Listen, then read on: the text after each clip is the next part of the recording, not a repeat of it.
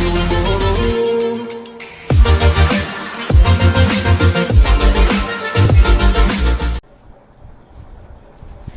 everyone and welcome back. I hope you all are doing great. So today I am here with the lecture number 15 of electrostatics and इस lecture के अंदर हम important topic discuss करेंगे जो किसी वैसे board में direct आता है, that is electric field at any point on the axis of a circular ring. इसके स्पेशल केसेस के रिजल्ट डायरेक्ट याद रखने पड़ते हैं बिकॉज वो जेईई और नीट में सीधे सीधे काम आते हैं और कई बार बोर्ड में क्वेश्चंस भी आ जाता है तो उसके अकॉर्डिंग आपको याद रखने पड़ते हैं इसके डायरेक्ट रिजल्ट. और डेरिवेशन के काफ़ी ज़्यादा चांसेस होते हैं इसके बोर्ड में आने के लिए. तो स्टार्ट करते हैं. बहुत ईजी सा टॉपिक है, फटाफट 10-15 मिनट्स के अंदर मैं इसे वाइंड अप कर दूंगा, आपका ज़्यादा टाइम नहीं लगेगा. So electric field at any point on the axis of a uniformly charged ring.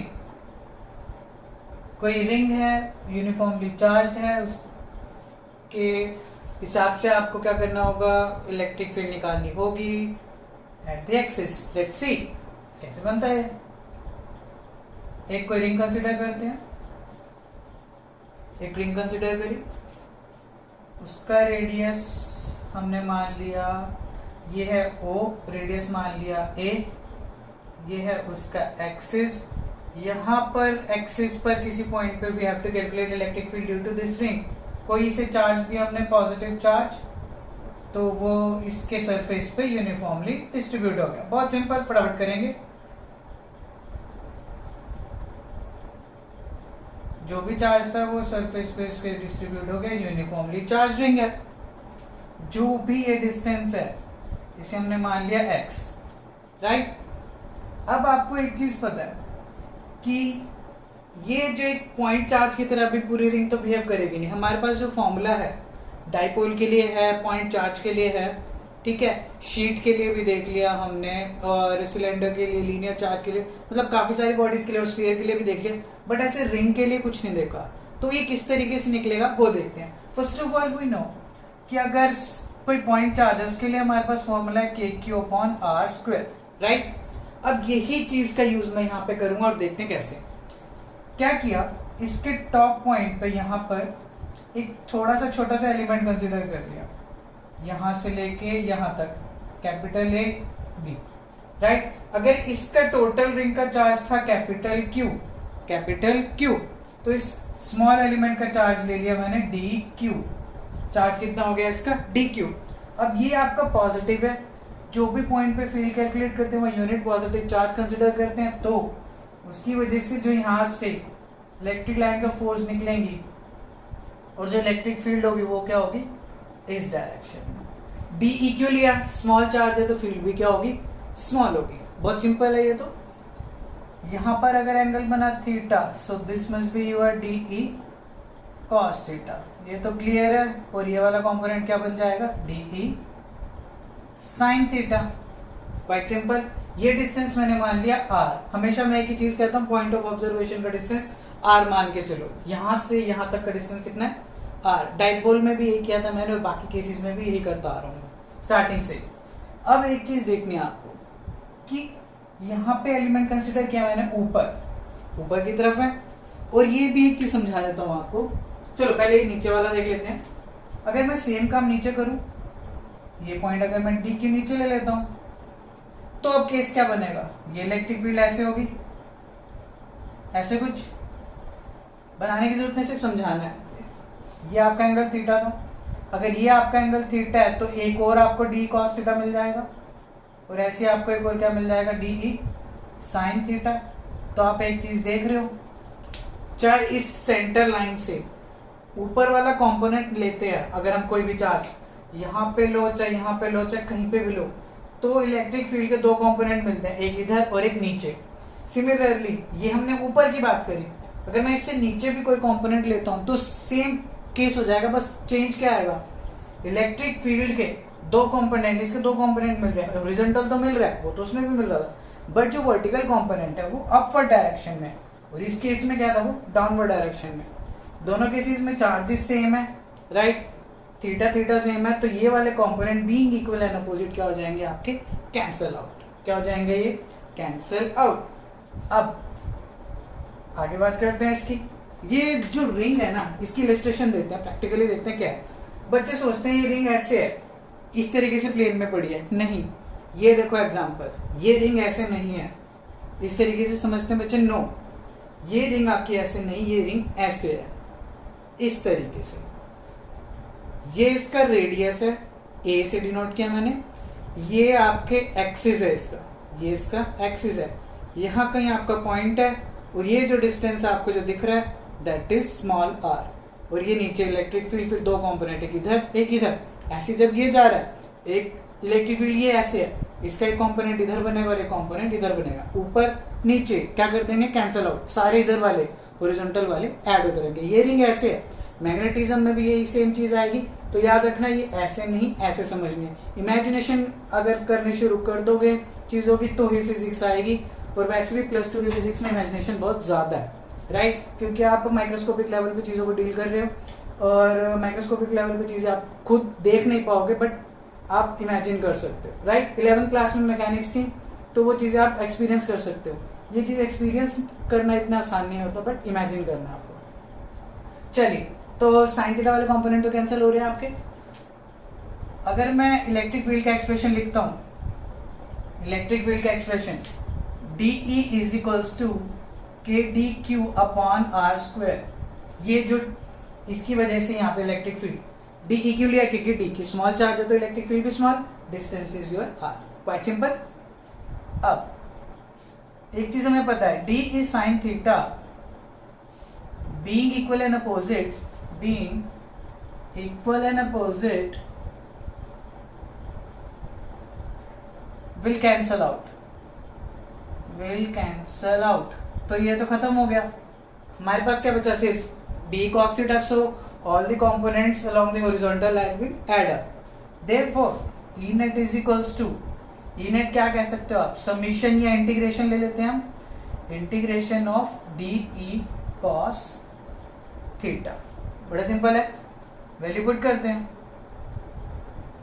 DE की value KdQ cos theta upon R² integration, cos theta को वैल्यू पुट कर देते हैं, K upon R², cos theta, अगर ये आपका theta है, ये वैसे थीटा ही है, ये अगर आपका थीटा है, दिस इज योर x, ये क्या है आपका x, that is base and hypotenuse, cos theta is base upon hypotenuse, base hypotenuse means x upon r, cos theta की जगह क्या आ जाएगा आपका x upon r, integration of dq, integration of dq वैसे क्या होगा, कैपिटल Q, तो यहाँ पे E नेट की वैल्यू कितनी आ जाएगी, k, cos थीटा की value x upon base upon hypotenuse, x upon r, r² as it is, dq का इंटीग्रेशन क्या कर दिया हमने, q। अब एक और चीज देखते हैं, यहाँ पे r की वैल्यूज की अगर हम बात करें, r यहां से अगर मैं r की वैल्यू निकालता हूं, क्लियरली r की वैल्यू कितनी निकलेगी, x² प्लस a² की पावर 1/2, सिंपल पाइथागोरस, r² कितना हो जाएगा फिर, x² प्लस a², पाइथागोरस लगा के निकाल सकते हैं वैल्यू, तो r² की जगह क्या वैल्यू पुट करता हूं यहां पर,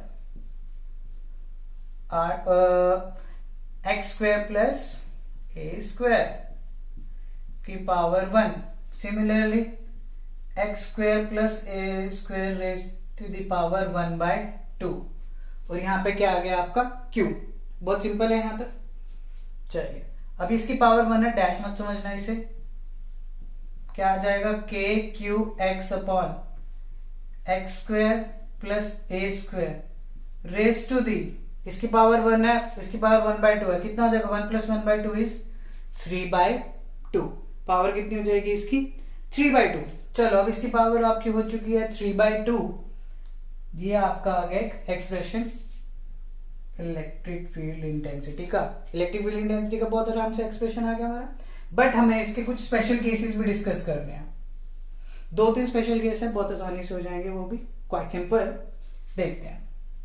फर्स्ट स्पेशल केसेस, तो ये एक्सप्रेशन डायरेक्ट याद रखने हैं, ये वाला भी और जो भी बताऊंगा आपको आगे मैग्नेटिज्म में भी काम आएंगे। फर्स्ट केस, अगर ये जो पॉइंट है आपका, let this point be P, ये पॉइंट अगर सेंटर पे लाई कर जाए, when P lies at centre, when P lies at centre, अगर ये P सेंटर पे लाई करेगा तो देयरफॉर, तो उस केस में क्या हो जाएगा, जो ये आपका x डिस्टेंस है, x डिस्टेंस वो तो जीरो नहीं हो जाएगा, ये वाला पॉइंट उठ के यहां पे आ गया, x तो खत्म हो गया, x जीरो हो गया, x जीरो हो गया तो E भी क्या हो जाएगा आपका zero. So E net is equals to zero.